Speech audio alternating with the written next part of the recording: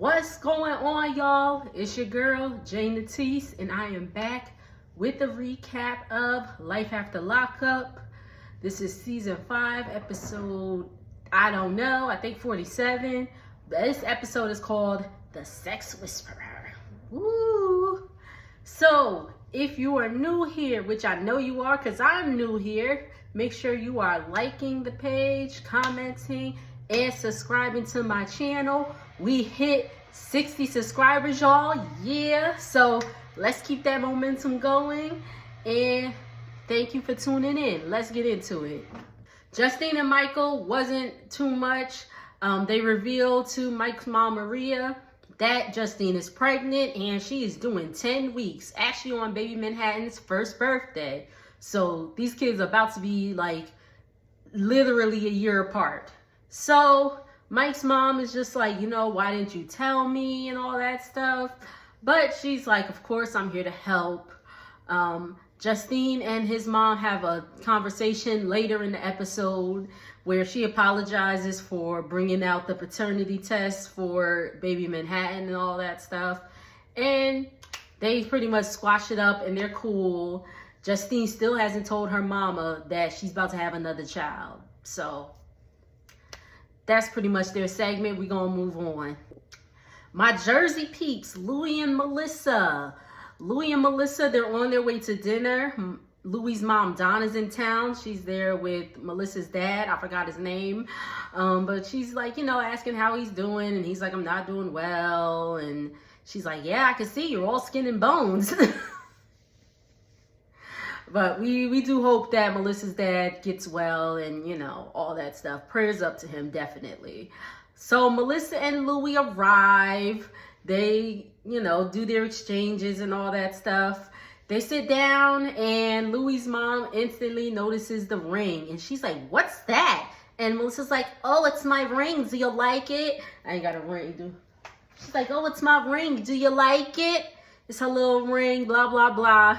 And Melissa and Louie's mom asks to see it. And she's like, you want to take it off my finger? So she checks the ring out. She's expecting, and she's like, it's a very nice ring. It's a very nice ring. Louie's mom gets upset because she's like, you're taking my son away from me and all that stuff. And she's like, welcome to my family. She rolls her eyes. And again, later, Melissa and Donna, they're having a conversation off to the side. And Donna's like, you're taking my son away from me. Child, when I say I do not like mothers like this, I do not like mothers like this. I've lucked out. My man's mom is cool. Shout out to her. Hey, if you're seeing this. But so we never had that problem in my current relationship, but in the past, baby, story time, quick little story time, man. I ain't even gonna give it too much, but when I say that people in my past, they mothers were on one, thinking thinking that pretty much that they son's they man, and it's it don't work like that. It don't work like that, lady. It doesn't. Again, I'm not going to give too much into the past, but I don't like mothers like this. I'm just here to say I don't like mothers like this. I don't care. I don't. And Louie's mom is just like, Melissa, I really don't like you. And she said, I don't like you because you're just like me. And the old saying goes that we marry our parents. I beg to differ. I beg to differ, but I think we either marry.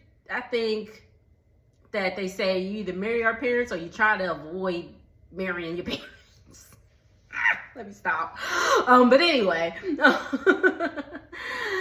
So then Louie and Donna have a conversation. She's like, Louie, I'm so proud of you. She's like, you could have been 10 feet under. And I'm like, I thought they buried folks 6 feet under. But that's their segment. We're going to move on. So when the episode left off last week, Troy's mom, Miss Karen, called Troy and was like, oh, we got a problem. So we getting back into that, and Karen has baby Troy, and she's like, oh, she wants to see you, like all that stuff. We on the train on our way to Syracuse now, because you know they're in Buffalo, which driving is about 2 hours. I'm not sure how what the commute is via train, but she's like, we're on the train now, getting ready to see you, blah blah blah. And he's like, are you serious? Like, I'm on my way with Asael to the Science Museum. So him and Asael get in the car. They go to the train station to pick up Karen and baby Troy. And it was so cute. It was so cute, y'all. Baby Troy and Asael very, like, drawn to each other almost instantly.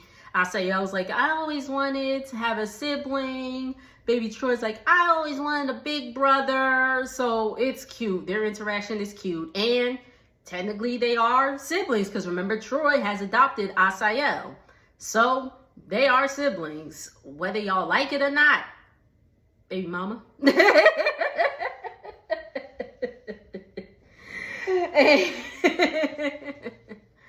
So they're on their way to the museum, and Miss Karen being Miss Karen, she cussing in front of children and all that stuff. And I'm like, Mama Karen, stop cussing in front of these children now. Stop cussing in front of the children.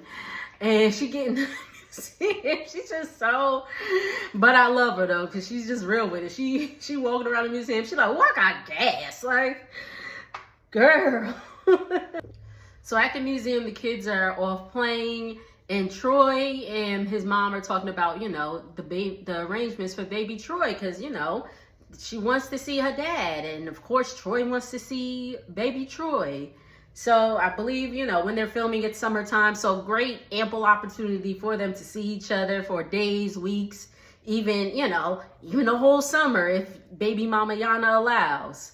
Anyway, they get back home, and Troy invites Yana to Project Heal. The next day, they're having their event for Project Heal, which he invites Yana to, bring baby Troy. He's like, you ain't got to deal with Zaria or anything like that. And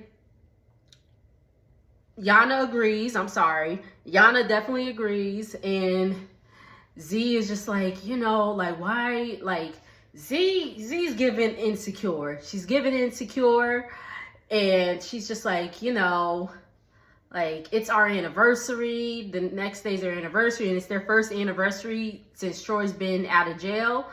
So she's just like, Yana's gonna be there, blah, blah, blah. And I'm just like, yo, y'all gonna have to come together. Like, Yana is baby Troy's mother, and, y'all are married. And, y'all got to come to some type of common medium. It is what it is. But Z is giving very, very insecure. Moving on. That's it with them. Bianca and Daniel. Bianca's cooking breakfast, and she forgot to spray the pan. So the eggs stuck, and she threw them out. And I was feeling like the dad from Everybody Hates Chris. I was like, girl, that's 67 cents worth of eggs in the trash. But whatever, she makes some new ones, and they're having breakfast. Daniel eats the eggs, and he looked disgusted. I'm like, girl, you ain't putting no salt and pepper in them things? Little something, something, damn. Little cheese. Anywho, Bianca tells him that her friend Haley's coming the next day. And he's like, well, that's kind of late notice, but what can you do? So Bianca has a conversation with Daniel. I guess by this point, it's like Daniel's been out like a month. And she's like, our sex could be better. Our sex could be better. And she set them up to meet with a tantric sex worker. Or not sex worker, but a tantric sex therapist or whatever. Tantric sex has to do with like yoga and like breathing exercise and just being one and being more intimate and tapping into that chakra with your partner, I'm gonna say. So Daniel's like, okay, when is this? And she's like, in about an hour. Like, girl, you could have let him know a few. She's just doing all the last minute things, but whatever. So they in the confessional, Bianca's like, you can't even find the, I'm gonna say the love button, because YouTube be wild with some of these, some of the curses and all that stuff and sexual words. So we gonna say the love button. That y'all know what I'm talking about. And Daniel said it's like spaghetti, like down there or whatever. So he's just like, she's just concerned that he's just trying to stick it in. And Daniel's like, I've been in jail. So, they got to tap into the more of the, the build up instead of just the, you feel me? Like, so Bianca wants more of this and, some caressing and kissing and all that stuff. And Daniel's just trying to stick it in. So we gotta get through that. So they arrive at the lady's house. I forgot her name. I'm sorry. But they have a moment, where they're sitting in each other's faces. Daniel's sitting down and Bianca's straddling him. And, they're breathing and all that stuff. And, they're having a really good moment. They're asking, what do you love about me? And, like, what are you afraid of? And all that stuff. Very cute, very cute. So the therapist lady, whatever she is, asks Daniel and Bianca what their relationship status is.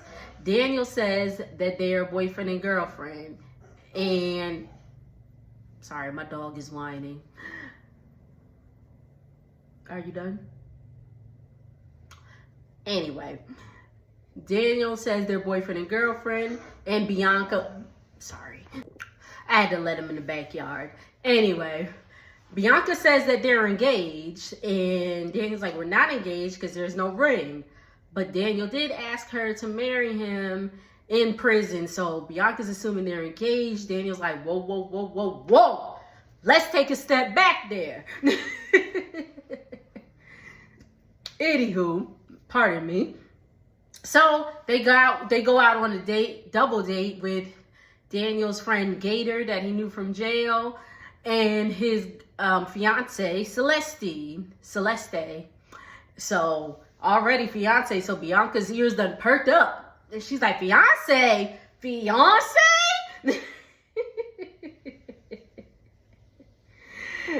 So they get there, and it's weird at first. Gator's a little weird. He asks Daniel, was he cheating and all this stuff. Celeste and Bianca go to the bar and talk. And, they're talking. And Gator and Daniel talk. And I'm sorry, I'm looking at my notes. So Gator and Daniel talk, and they actually have a real conversation. And I really, really appreciate what Daniel was saying. Because he said, like, yeah, he asked Bianca to marry him in prison. But, jail talk. But he, like, now that he's outside, he realizes they're not financially, because Daniel just started working. He just started working. Bianca's living off her settlement. Eventually that's going to run out, Bianca. So you may want to get a job there. So they're not financially, emotionally, or mentally prepared to be married. And I can appreciate that coming from Daniel. Because, once again, the age gap thing is very, very shaky. Because Bianca's 23 and Daniel's 31. So, Daniel, besides being in jail, he done lived. And he's, he knows that there's more to going into a marriage than, oh, my God, I love you. And Bianca's more on the lines of, oh, my God, I love you. And I'm not going to give Bianca too much because I remember being 23. Okay, and I thought I would be married by 25, and I don't even know what the person I was dating when I was 25. I don't even know where they at. So, so that just goes to say, you think you got it all planned out, but you don't. And then as you get older, like you may not want to get married, or you may want to establish a solid foundation which is the thing to do before you say I do. You know what I mean? It's not, my opinion, it's not as clear, cut and dry as it once was. You know what I mean? But anywho, so they get back to the table together, and Gator says they have to figure out how to live together because they've only been living together a month, and they've said that there's conflict, and he's like, y'all got to figure out how to live together, which you do. You do, because, like, you have to figure out, you know, not necessarily who does this, who does that, but you have to figure out what works for your household, okay? Like you really, really do. How do I say it? Like, Bianca seems like she expected Daniel to wait hand and foot, and it don't work like that, baby girl. It don't work like that. So, you know, they have to figure out how to combine their lives together. It's only been a month, Bianca. It's only been a month. Yes, you were speaking to him in jail and all that stuff, but it literally has only been a month, baby girl. It's only been a month. So just take it for what it is, you know, enjoy it, or, you know, work out the kinks. Y'all really need to work out the kinks.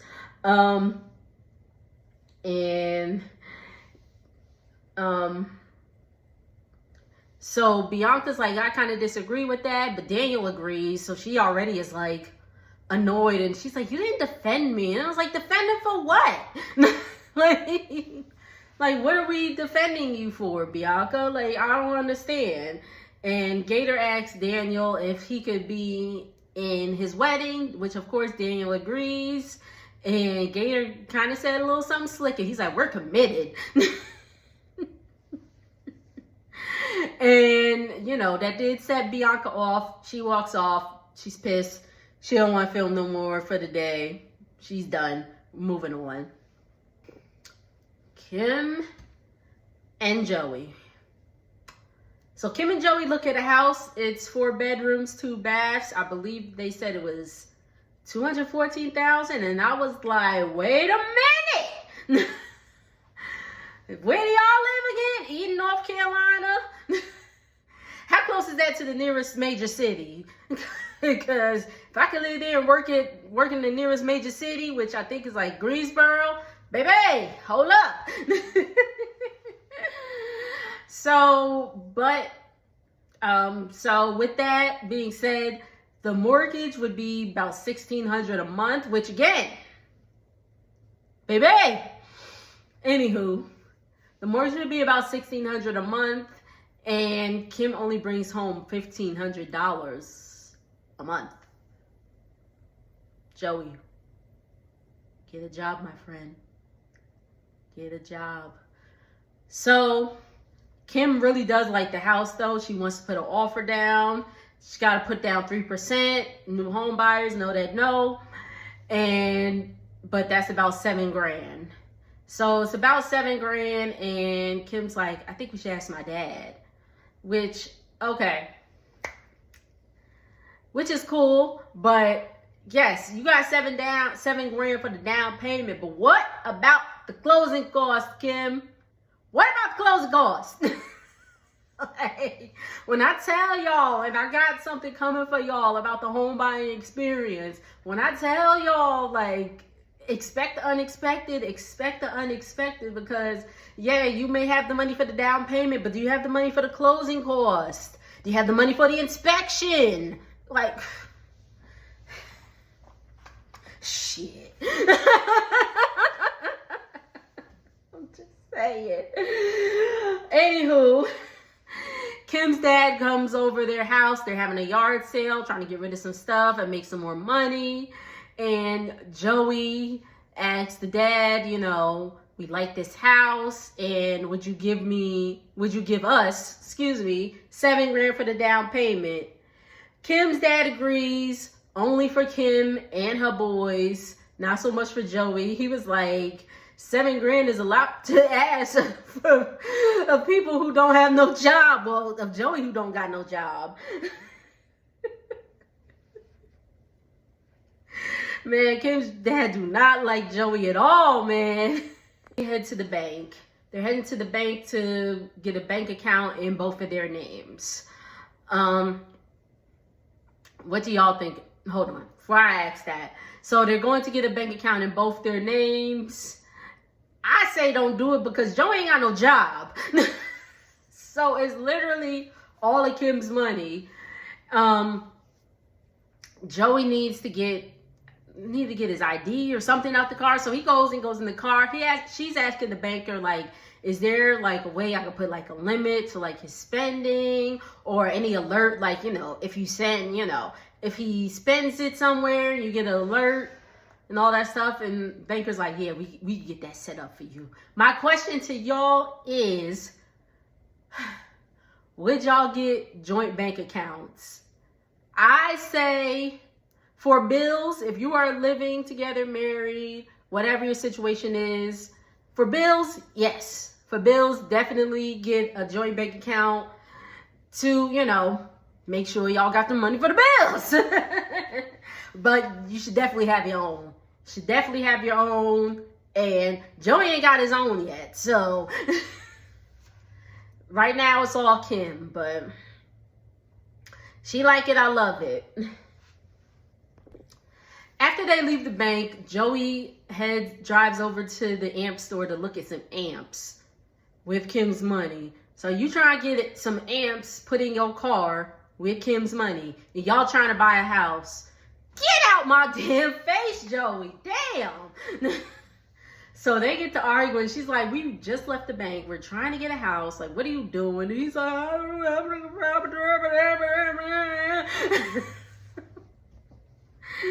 he's like, I just want something for myself and blah, blah, blah, blah, blah. Like, I don't be understanding what Joey be saying half the time anyway. So Joey gets mad and storms off. Kim's like, are you kidding me? She gets in the car and drives off.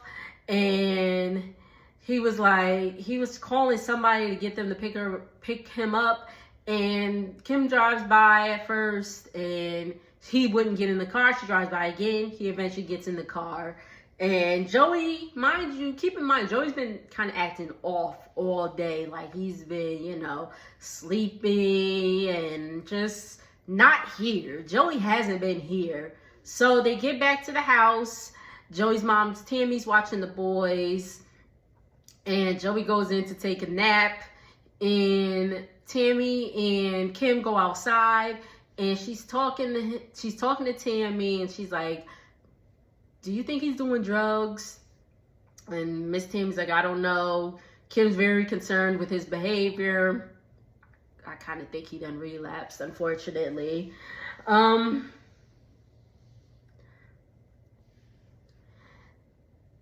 Then Kim lets us know that she has went through Joey's phone and saw a text saying like, oh, don't text my phone because I'm about to leave my phone at home and all that stuff. So she's kind of concerned, like, was it like a stealer or whatever it was. So the next day, Kim and Joey, they're supposed to be going to church, and Joey's like, I don't feel good. And she's like, what's wrong? So he's just saying like his stomach hurts and he's in a lot of pain. And Kim calls the doctor, trying to make an appointment for him. I guess they didn't have a doctor available right away and all that stuff. She asked him where his insurance card was, and he was like, oh, it's in the car. And he just didn't want Kim to go in his car for some reason. He's like, nah, I'll go get it, blah, blah, blah. He gets dressed. He starts throwing up in the bathroom. And he says he's taking himself to urgent care because he's sick and he needs to figure out what's wrong with him. I think Joey might have relapsed, or maybe he's going through withdrawals from the drugs or whatever. But whatever. So he gets in the car and he drives off, and he takes the camera down because he's like, I'm just over it. And he takes the camera out, and that's where the episode ends. That's it, y'all. Thank you so much for tuning in. I hope y'all enjoy the rest of your day and your weekend. I'm about to get ready to go to the part-time gig. So If you are new here, once again, make sure to like, comment, and subscribe. Thank you so much for tuning in to this recap. I hope you enjoyed it, and later.